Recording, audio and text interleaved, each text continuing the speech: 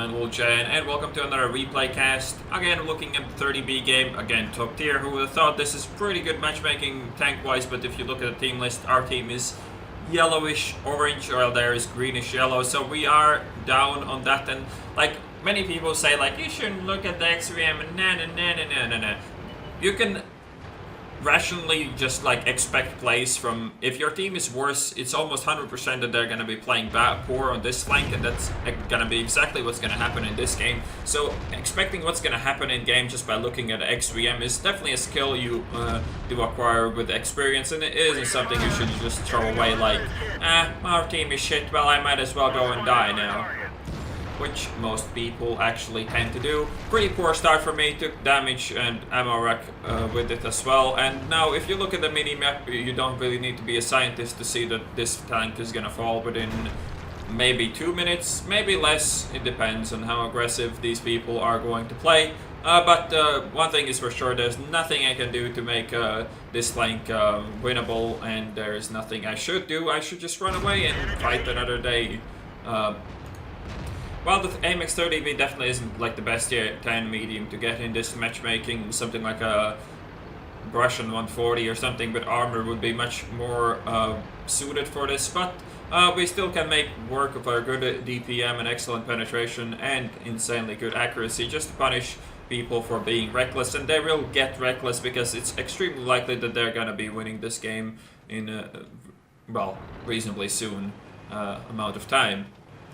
And also the fact that the AMX 30B is pretty much a support vehicle makes it pretty awkward to play when you're the only tier 10. You don't really have any, like, what can I support in this game? The ST1 and I guess is the only proper heavy, maybe one of the TDs, but if you look at the map, they're all camping G1. You can't support that, there's no way. It's just gonna be, you can't camp more than that, so, you know, I have to make my own plays, I have to try to get this damage done while our team is dying.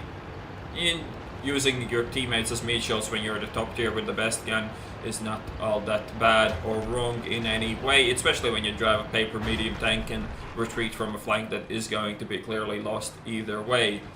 So something I've said many times, like, and I fall victim to this as well, just when I don't pay attention when I'm streaming or reading my chat, oftentimes I don't look at the minimap properly when the game starts, but playing along with your terrible team is much better than dying on your own on the flank that's gonna drop in a minute or two. It depends on the map, and like if your team gets just stomped on the map, it might not even matter. Like you might die like two minutes later doing the same amount of damage you would if you fought the short battle in close range, but at this point it's definitely better to retreat and play this passively.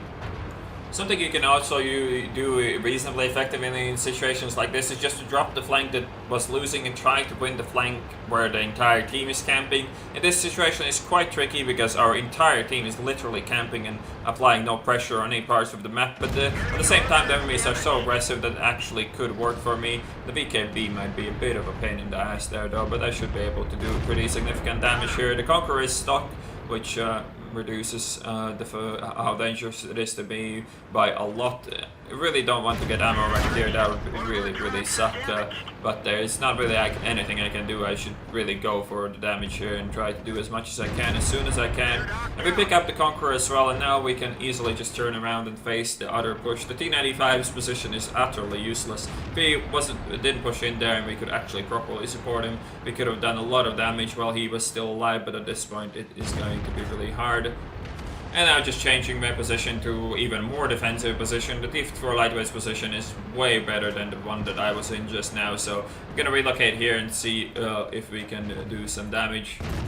And again, if the T-95 just played the corner like slightly back, then we would be able to help him so much more, but at this point it's kind of tricky for us.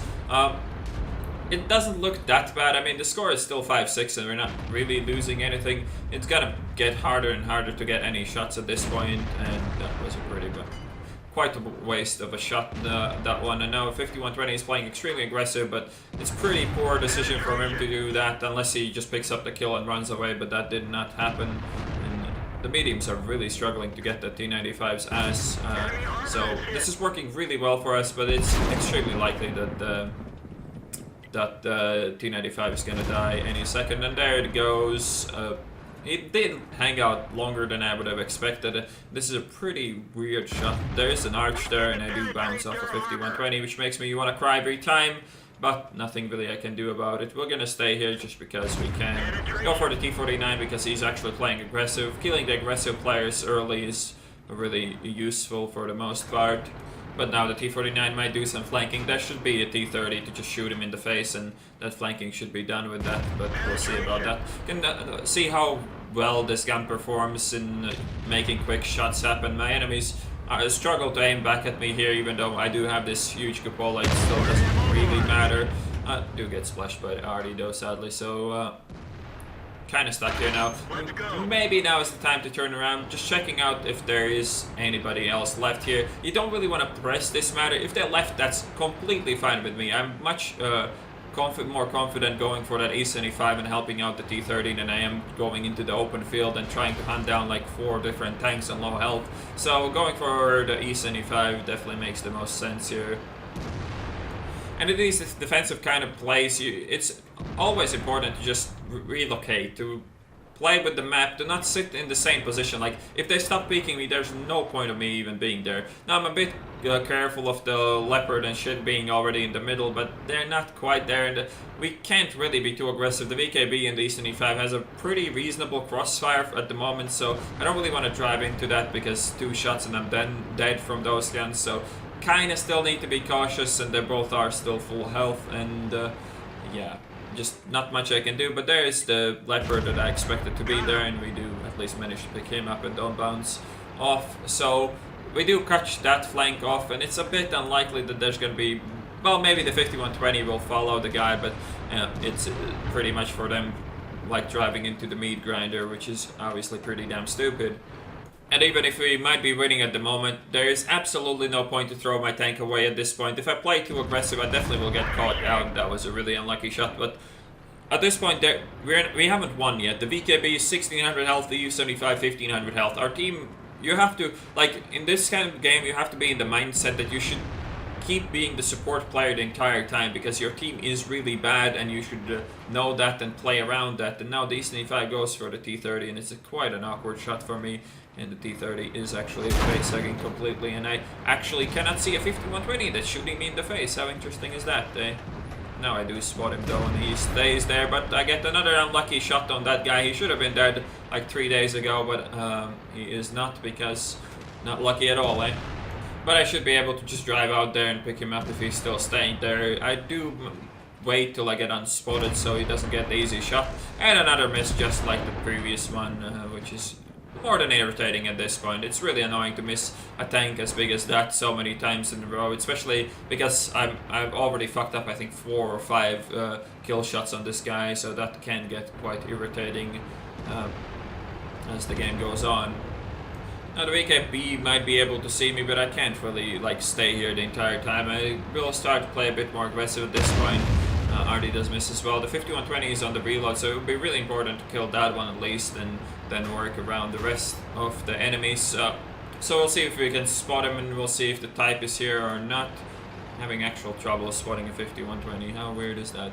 But there he is, and then finally, out of like a million shots that I fired at him, we do get to nail one at the end. The type is really low health, and he's in the corner now, so we should be fine to kill that. The T-34 hopefully can do it, and if not, then the 5120 might be able to. Just trying to confuse the VKB. I mean, there's not really the right way to approach this. He could be looking anywhere, and I could be approaching him from anywhere as well. So now it's just literally like basic mind games. The T-30 has a flanking angle on him as well, so we'll spot him first because we have more health. We still can take the hit, and we don't want the T-30 to die for doing no damage. So we did grab his attention. He's going our way now, and that frees up the T-30 to go for you. If you are in this kind of flanking situation and you have more health, you should be the one trying to spot, especially if you're not a one-shot. If you're both one-shots, then it might differ from like what tank you're driving, you have an auto-loader or not, but in this situation I clearly was the one with more health, and I clearly should be the one peeking. Do get to track him as well. T-30 somehow managed to miss a tracked VKB, but at the same time I managed to fuck this shot up as well, so I guess we're equally bad at this game. But now this is like the easiest cleanup ever. He's not even looking at me because he's keen on getting the kill on the T-30, and I can just kill him now if he turns my way, the T30 can kill him. There's not really much he can do about it. So good flanking, isolated the tanks. Like what was important in this game was to isolate the enemies, to put pressure up on their weakest sides. Like when they pushed the T92, that was their weakest side. They were all in the open, all exposed, and definitely that was where we needed to push. And after that, like trying to isolate the Eastern E5 off the VK, trying to kill the 120 without really being in the open and so on. Those things are really important when you're in games where you're kind of playing the underdog. Even though I was the only top tier in this team, you can see how hard I had to work as a support player to make this game happen, and without me I doubt our team would have had a chance. And here is the end plate, 6,886 damage, 0 damage spotted, which is quite interesting for a game like that. But then again, I was playing core support. I knew that my gun was the most important thing behind my tank, and for me to go out and spot would usually mean that I would have died long before the game would have been over. And as you can see, even with me and the team, a chance to win that was around 40%. So definitely played that one right, and it's just showcases how important it is to look at your map and play accordingly. Even if your team is shit, you can still play around it and just play support. Use your bad player teammates as meat shields to do damage with your superior firepower, and games like this can happen. Obviously not a lot of experience because I was sniping for the most part, but we won the game, and that's all that really matters. Hope you guys enjoyed this replay cast, and I apologize for spamming so many AMX 30p games, but I do enjoy to play this tank quite a bit. So yeah, thanks for watching, and I'll see you on the next one.